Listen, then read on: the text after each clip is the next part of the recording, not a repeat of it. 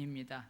그러나 그 사람의 말, 행동, 생활 속에서 그 사람의 믿음, 신앙은 드러나게 된다고 그래서 보여진다고 그래요. 그래서 우리가 지난주에 꿈의 사람, 꿈을 이룬 요셉의 삶을 통해서 보여지는 그 요셉의 신앙에 대해서 우리가 함께 은혜를 나누었어요.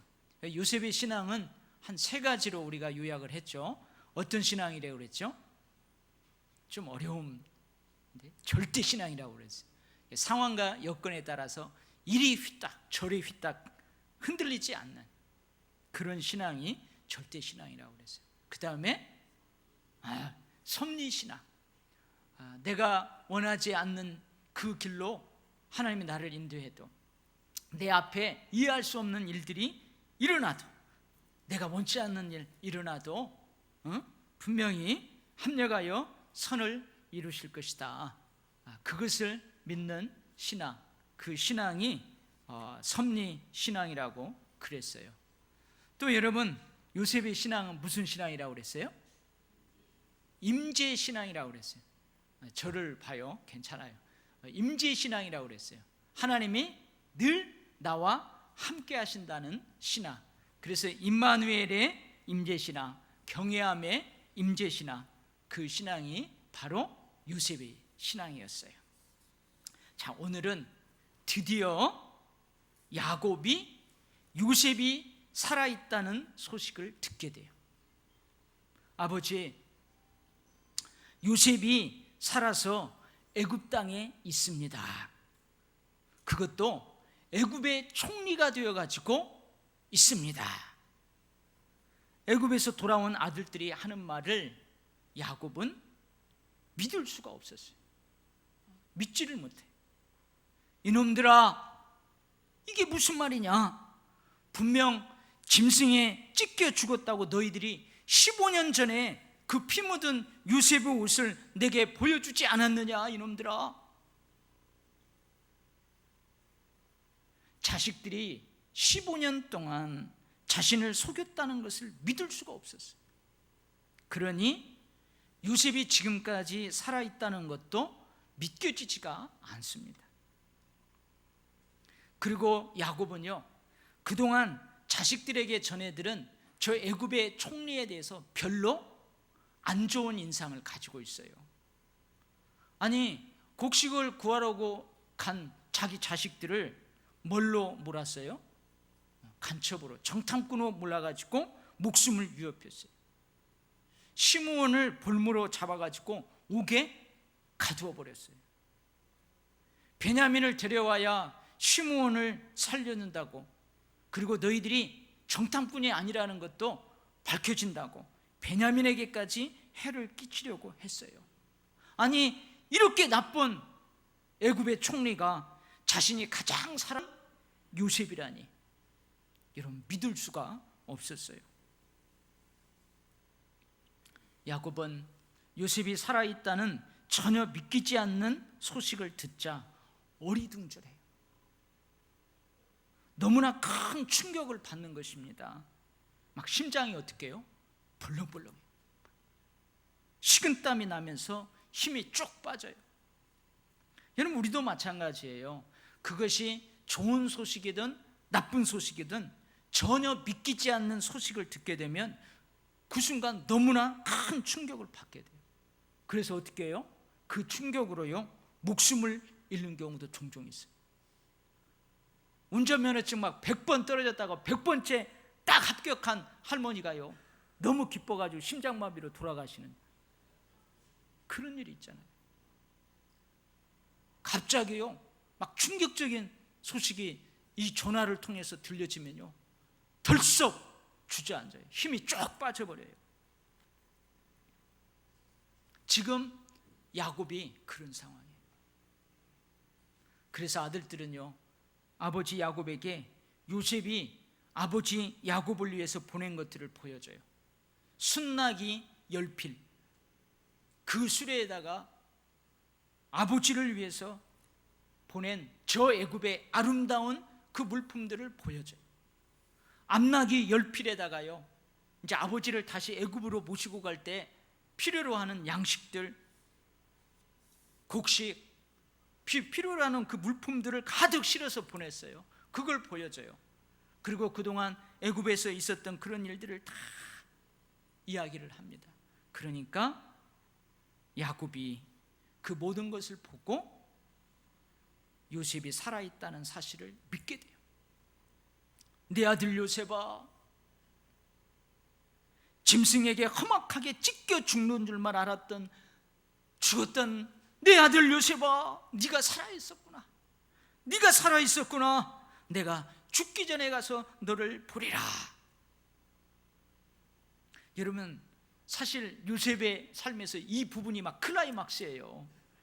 근데 이것을 제가 여러분들에게 어떻게 이렇게 전할까 막 고민이 됐는데요.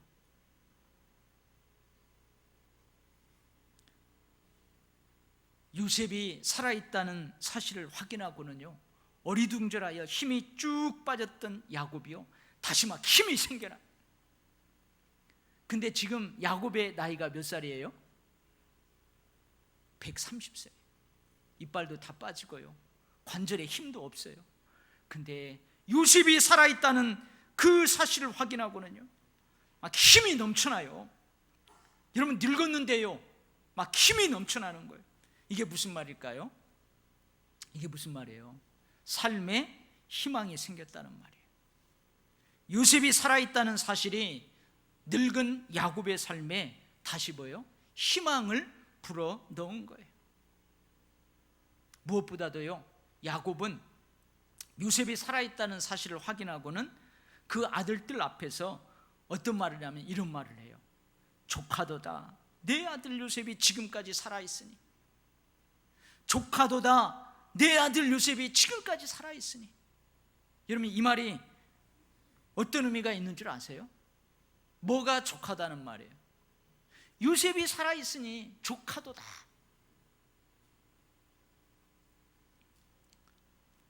야곱은요, 지금 아들들이 15년 동안 자기를 속였다는 것을 지금에서야 알아요. 얼마나 괘씸합니까?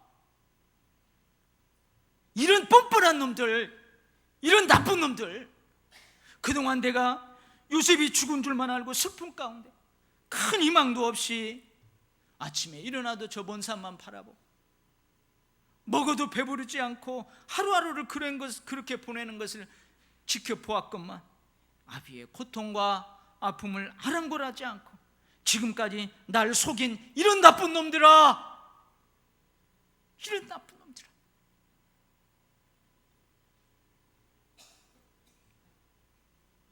그러나 야곱은요, 자식들을 책망하지 않아요. 원망하지 않아요. 여러분, 오늘 예배 마치거든 집에 가서 성경을 읽어봐야 돼요, 뒷부분. 근데 이후에도요, 아버지 야곱이 이런 자식들을 책망하는 장면을 찾아볼 수가 없어요. 이게 무슨 말이에요? 요셉이 살아있으니 그걸로 되었다는 거예요. 니들이 요셉이 죽었다고 거짓말했는데 요셉이 이렇게 살아있으니 너희들 책망할 필요도 없고 원망할 필요도 없다는 말이에요. 요셉이 니들이 거짓말한 것처럼 죽은 것이 아니고 이렇게 살아있으니 너희들 다 용서하겠다, 그 말이에요. 할렐루야. 야곱이요, 애굽으로 내려가서 살아있는 요셉의 얼굴을 직접 보게 돼요. 그래가지고 어떻게 해요? 네가 진짜 요셉이냐 하면서 막 얼굴을 쓰다듬으면서 목을 어긋맞게 껴안고 막 한참을 울어요. 여러분, 생각해 보세요. 15년 전에 가출했어요. 죽었는지 살았는지. 근데 15년 후에요, 애굽의 총리가 되어가지고 살아서 나타난 거예요. 그래서 요셉이 하는 말이에요. 네가 지금까지 살아있고 내가 네 얼굴을 이렇게 보았으니 이제 지금 죽어도 조카도다, 이렇게 고백을 해요. 이게 무슨 말이에요? 지금 죽어도 조카도다, 이 말을 원래 성경이 사용하는 그 언어의 뜻을 그대로 옮기자면 이렇게 해요. 나는 이제 기쁘게 죽겠다, 그 말이에요. 죽음이 두렵지 않다는 거예요. 죽을 때도 기쁘게 죽겠다. 이게 무슨 말이에요? 이제 죽어도 여한이 없을 만큼 좋다, 너무너무 좋다는 말이에요. 근데 사실은요, 그만큼 야곱에게는 지금까지 요셉의 죽음이 마음의 큰 상처로 남아 있었다는 말이에요. 이것을 뭐라고 그래요? 우리나라 말로 한이에요. 한. 여러분, 요셉이 그렇게 처참하게 죽었어요. 집에 좋은 일이 있을 때도요, 야곱은요 저쪽 한쪽에 가서 한숨 쉬는 거예요. 즐겁고 행복한 일이 있을 때에도 그래요. 그만큼 한이 되었다는 말이에요.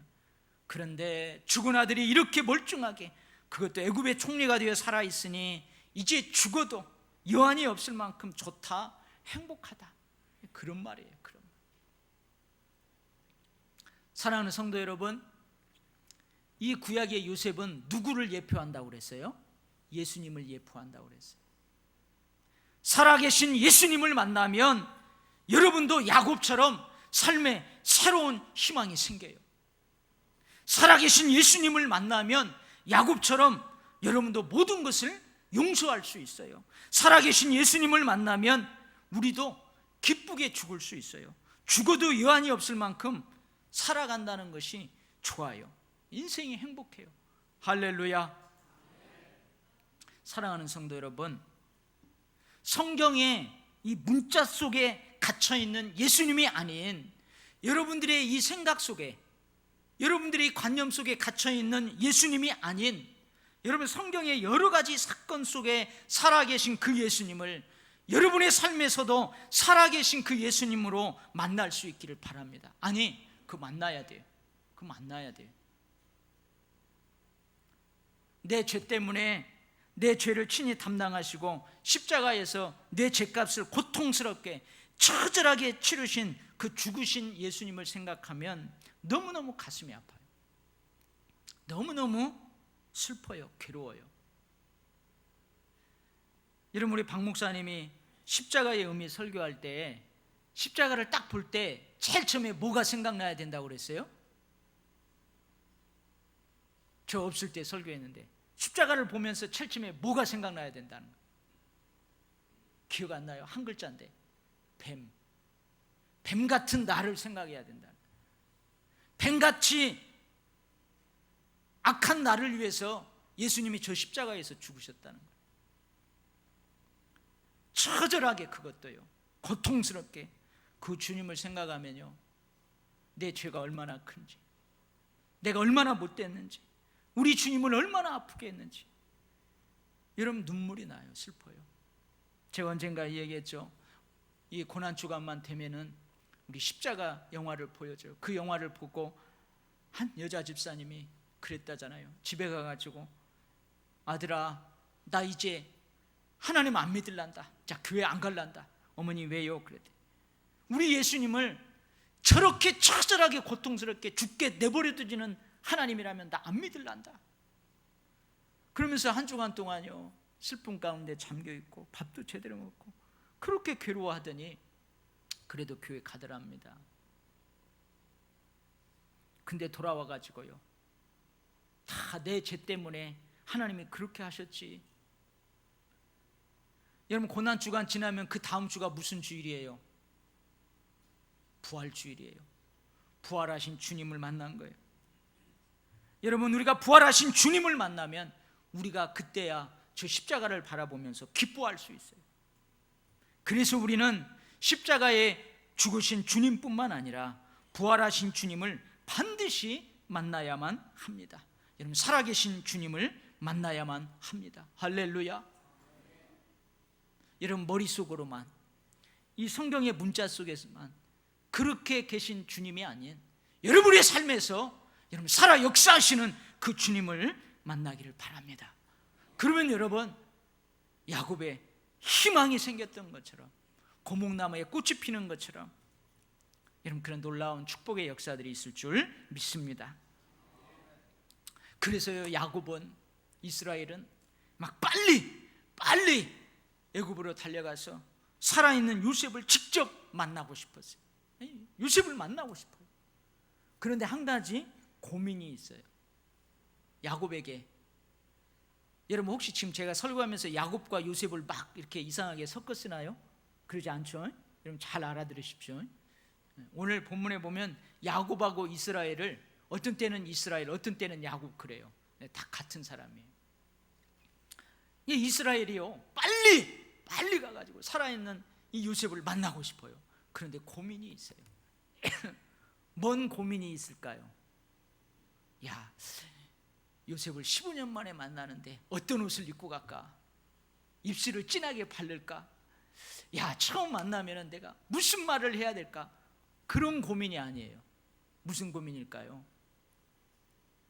뭔 고민이냐면요, 애굽으로 내려가야만 한다는 거예요. 애굽으로 내려가야만 한다는 거. 이것이 왜 고민이냐고요? 왜냐하면 야곱은요, 누구예요? 언약의 사람이에요. 야곱은 언약의 사람이에요.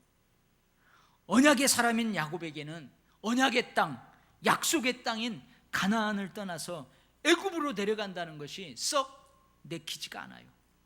썩 내키지 않아요. 이것은요, 에서를 피해서 저 밧단 아람으로 가는 거하고는 차원이 다른 거예요. 두렵기도 해요. 왜 두렵냐? 야곱이 가만히 보니까 할아버지 아브라함이요, 살아갈 때 그때에도 지금처럼 뭐가 있었어요? 기근이 있었어요. 기근이. 그래서 그 기근을 피하려고 아브라함 할아버지가 어디로 내려갔어요? 애굽으로 내려갔어요. 근데 그 애굽 사람들이 자기를 죽일까 봐, 자기를 죽이고 예쁜 자기 아내를 취해갈까 봐 자기 아내 사라한테 뭐라고 그랬어요? 누이라고 그랬어요. 그래서 이 일로 인해 가지고요, 할머니 사라가 큰일 날 뻔했어요. 바로 왕이 그 아내를 취할 뻔했어요. 아버지 이삭 때도요, 이런 흉년이 있었어요. 그래서 그 흉년을 피해서 아버지 이삭이 그 블레셋 지경에 있는 그랄 땅에서 잠시 거하고 있다가 이삭이 어디로 내려가려고 하냐면 할아버지 아브라함처럼 애굽으로 내려가려고 그랬어요. 근데 하나님이 나타나가지고 뭐라고 그래요? 이삭 보고 절대 애굽으로 내려가지 말라고 그래요. 그래서 야곱은요, 고민인 거예요. 아브라함, 이삭, 야곱 다 언약의 사람인데 고민인 거예요. 그래서 야곱은 할아버지 아브라함, 아버지 이삭이 하나님께 제단을 쌓았던 부엘세바로 가요. 부엘세바로 가서 거기에서 하나님께 희생 제사를 드려요. 근데 이 희생 제사의 목적이 뭐였을까요? 분명한 것은요, 애굽으로 내려가는 문제로 하나님께 희생 제사를 드렸을 것이 분명해요. 야곱은 언약의 땅 가나안을 떠나서 애굽으로 이주하는 것이 정녕 하나님의 뜻인지 확인하고 싶었던 거예요.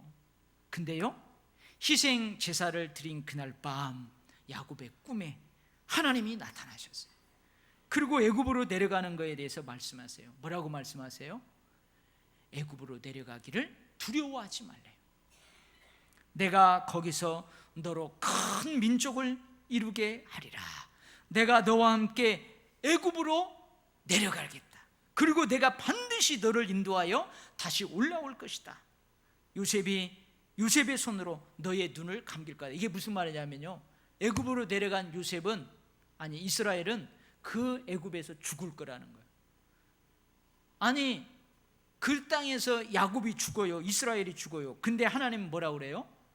너를 이끌어서 다시 이곳으로 돌아올 것이라고 그렇게 말씀하세요. 여기에는 어떤 의미가 있어요. 야곱은 이러한 하나님의 말씀을 듣고 두려움 없이 애굽으로 내려가요. 그리고 하나님의 말씀대로 야곱은 애굽에서 죽습니다. 요셉이 그 임종을 지켰고요, 요셉이 야곱의 장로를 아주 성대하게 치러요. 강대국 아니에요. 그 애굽의 산부 요인들이 그 장례식에 다 와요. 성대하게 장례를 치르게 됩니다. 비록 야곱의 육신은 생명이 떠난 죽은 육신이지만 하나님의 말씀대로 다시 어디로 돌아와요? 가나안 땅으로 돌아와요. 절대 애굽에 묻지 않아요. 가나안 땅, 자기 그 요셉의 할아버지가 사놓은 그 마블에, 그 막벨라 가족 묘지에 묻혀요. 아브라함, 사라가 거기에 묻혔고 이삭과 리브가가 거기에 묻혔고 레아가 묻혀있는 그곳에 야곱도 묻혀요. 하나님의 말씀대로 애굽에 내려간 야곱의 가족은요, 그곳에서 큰 민족을 이루어요. 여러분 집에 가서 꼭 성경 읽어봐야 하는데 뒷부분에 보면 애굽으로 내려간 이스라엘 가족이 몇 명인 줄 아세요?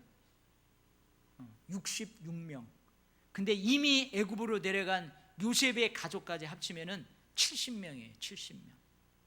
근데 저기 사도행전 7장 14절에 보면 75명이라고 또 기록이 되어 있어요.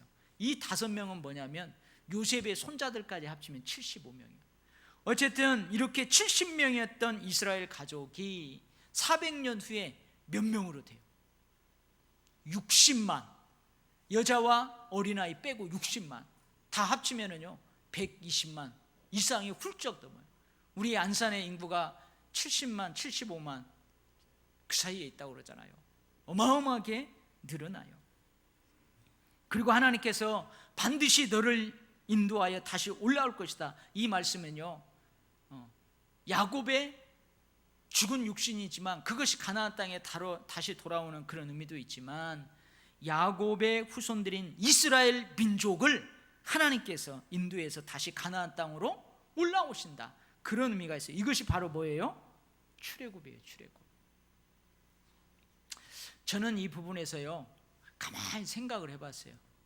아니 하나님께서 약속한 가나안 땅, 그 가나안 땅에서 하나님의 선택한 가정을 하나님의 백성으로 민족으로 그렇게 만드시지 왜 애굽에서 하나님의 백성을 만들까? 하나님의 가족을, 조그마한 가족을 민족으로 하나님의 언약 백성의 큰 공동체로 왜 애굽에서 만들까? 그런 생각을 해봤어요. 물론 여러분 출애굽기도 잘 읽어보면은 강대국 애굽에요 먹을 것이 많아요. 힘도 세요. 그러니까 그 땅의 한 귀퉁이에서 어려움 없이 이스라엘 백성들을 생육하고 번성하게 하기는 해요. 요셉을 기억하지 못하는 왕이 일어나기까지는요 이스라엘 백성들이 거기서요 어마어마하게 불어나요. 이런 모습을 보면 애굽일 수 있겠다 그런 생각도 들긴 해요. 그리고 물론 언약의 땅인 가나안은요 애굽에서 만든 하나님의 백성들이 장차 살아가게 될 하나님의 영토가 돼요. 근데 애굽에서 하나님의 백성을 만드는 동안 하나님은 가나안을 이 백성들이 살아가야 될 영토로 만드는 작업을 하긴 해요. 근데 왜 애굽에서 하나님의 백성을 거대한 민족으로 만들까? 정확한 이유를 저는 잘 모르겠어요. 근데요 이런 비슷한 일들이 하나님의 사람들에게도 있어요. 이게 무슨 말이냐면요, 다윗이 사울왕에게 10여 년간 쫓겨요. 근데 쫓길 때 하나님께서는 다윗을 어디로 피신시키는 줄 아세요? 그 당시 이스라엘과 적대국인 블레셋 5 성읍 중에서 하나인 가드라는 성읍으로 피신케 해요. 그리고 망명을 가게 해요. 근데 이 가드의 왕이 아기스라는 왕인데 이 왕이 다윗을 잘 알아요. 어떻게 하냐면 예전에 블레셋과 싸울 때 다윗이 물맷돌 5을 가지고 누구를 죽여버렸어요? 블레셋의 장수 골리앗을 쳐 죽인 것을 알아요. 그때 막 백성들이 다윗이 죽인 자는 만만이로다 막 영웅시했던 것을 알아요. 근데 그 영웅 다윗이 자기 나라로 온 거예요. 이상한 색안경으로 볼 거 아니에요. 그래서 다윗이 어떻게 해요? 미친 척해요. 막 침을 질질 흘리고요 벽을 막 벅벅 긋고 그래요. 여러분 왜 장차 이스라엘을 다스릴 왕으로 세움받을 다윗을 이스라엘의 적국인 저 블레셋에 망명하게 할까? 여러분 그러면서까지라도 하나님께서는 가드라는 곳에서 일정 기간 사울로부터 다윗을 보호하는 거예요. 적대 국가인 가드가 다윗을 일정하게 보호하는 하나님의 생명싸기가 되는 거예요. 사람들은 거기에 다윗 죽으면 어떡하냐, 고생하면 어떡하냐 그런데요, 아니에요. 하나님은 그 가드를 다윗을 보호하는 생명싸개로 사용하시는 거예요. 또 한 가지요, 여러 가지가 있는데요, 헤롯이요 아기 예수님을 찾아 죽이려고 할 때 하나님께서는 어떻게 하세요? 아기 예수님하고 마리아와 요셉을 그 가나안 땅을 떠나서 어디로 피신해 있으라고 그래요? 애굽으로 피신해 있으라고 그래요. 헤롯이 죽기까지 애굽은요 아기 예수님과 마리아와 요셉을 보호하는 하나님의 생명싸개가 된 거예요. 사랑하는 성도 여러분, 때로 하나님께서는요 우리가 이해할 수 없지만 우리의 생각하고는 전혀 다른 곳으로 우리를 인도하시는 경우가 있어요. 때로 정확한 이유는 모르지만 전혀 엉뚱하게 보이는, 전혀 예상치도 못한 일들을 우리에게 행하시는 경우가 있어요. 그러나 분명한 것은 하나님의 약속의 말씀이 있고 그 약속에 대한 믿음이 여러분에게 있다면 그것은요 여러분을 보호하시는 하나님의 생명싸개가 되는 줄 믿습니다. 그것은, 그 일들은 여러분을 더욱더 성장시키는 생장점이 되는 줄 믿습니다. 할렐루야. 그래서요 애굽에 내려간 이 이스라엘은요 살아있는 요셉을 만날 뿐만 아니라 누구를 만나게 돼요? 강대국 애굽의 왕 바로 왕을 아련하게 됩니다. 요셉은요, 국무총리인 요셉은 형들 중에서 5명을 선별해요. 5명을 선택해 가지고 그 5명의 형님들과 아버지가 함께 왕궁으로 가요. 바로 왕을 만나는데요, 만나기 전에 형님들하고 아버지에게 교육을 시켜요. 형님들, 아버지, 왕께서 이렇게 질문하면은 이렇게 대답하십시오. 교육을 다 시킵니다. 이스라엘 가족들은 유목민이에요. 직업이 뭐예요? 목축업이에요. 목축업. 그런데 애굽 사람들은 이 목축업을 가증히 여겨요. 천시예요. 천한 직업으로 여겨요. 그래서 거리상 애굽의 중심부에서 멀찍이 떨어져 있는 비옥한 목초지인 이 고센 땅에서 이스라엘 가족들이 살게 돼요. 비록 애굽 땅에 살지만 애굽 사람들이 목축업을 가증하게 여긴다는 그 이유로 인해 가지고요 오히려 이스라엘 가족들은 고센 땅에서 구별되게 살아요. 이것도 놀라운 은혜예요. 구별되게 살아요. 하나님이 다 울타리를 쳐서 거기서 살게 만들어요. 물론 바로 왕은요 요셉과 그의 가족인 이스라엘, 그들에게 여러 가지 특혜를 줘요. 애굽 땅 가장 좋은 곳이라면 너희들이 어디든지 가서 살아라. 그거 달라면 주겠다. 그리고 이스라엘로 하여금 애굽 왕실의 그 가축들을 관리하도록 그런 특혜도 주어요. 그런데요 더 눈여겨볼 것이 있어요. 그게 뭐냐면 야곱이 왕궁에 딱 들어가지고 그 애굽의 왕 바로를 만날 때 그 첫 만나는 장면에서 야곱이 뭘 하냐면요 그 바로 왕을 축복해요. 바로 왕을 축복해요. 그리고 아련을 다 끝나고 마지막 나오는 장면에서 야곱이 또 어떻게 해요? 바로를 축복해요. 바로를 축복해요. 여러분 한번 생각을 해보세요. 바로 왕, 애굽의 왕 바로하고 요셉의 아버지 야곱을 한번 비교해 보세요. 바로는요 강대국, 어마어마한 국가의 왕이에요. 통치자예요. 근데 이스라엘 야곱은요 일개 족장이에요. 족장, 가정의 가문의 한 족장이에요. 그리고 이 야곱이 바로왕 앞에서 스스로 이렇게 고백해요. 뭐라고 고백하냐면 내 나그네 길의 세월이 130년입니다. 그러니까 지금 자기 나이가 130년이라는 말이에요. 내 나이가 우리 조상의 나그네의 길의 연주에 비하면 얼마 못되나 험악한 세월을 보내었나이다. 그러니까 아브라함, 이삭 거기 나이에 비하면 자기 나이는 얼마 안 되는데 이 130년 동안 어떻게 살았대요? 험악하게 살았대요. 야곱은 가나안 땅을 언약의 땅으로 받았지만 소유하지 못하고 오랫동안 유목민으로 이리저리 떠돌아다니는 나그네의 삶을 살았어요. 130년이라는 세월 동안 야곱은 자기가 입술로 고백한 그대로요, 험악한 세월을 살았어요. 태어날 때부터 험악했어요. 쌍둥이가요, 엄마 뱃속에서 싸우고요, 태어날 때 발 뒤꿈치를 부여잡고 태어났어요. 형 에서하고요 장자권을 두고 전쟁 아닌 전쟁을 치르잖아요. 그리고 형 에서의 문제로 하나님과 씨름하다가 환도뼈가 부러져 가지고 평생 절뚝거리는 장애인으로 살아야만 했어요. 그리고요, 형 에서를 피해서 저 외삼촌 집에서 살 때 여러분 기억나요? 그 외삼촌이 얼마나 야곱을 속였는지 몰라요. 야곱에게 못되게 굴었는지 몰라요. 진짜로요, 노예처럼 험악하게 그곳에서 살았어요. 더 험악한 건 뭐예요? 눈에 넣어도 아프지 아니할 자기의 딸 디나가요, 성폭행 당하는 것을 지켜봐야만 봤어요. 그리고 아들들이요, 언약의 증표인 거룩한 할례를 생명을 죽이고 약탈하는데 악용하는 그것을 지켜봐야 돼요.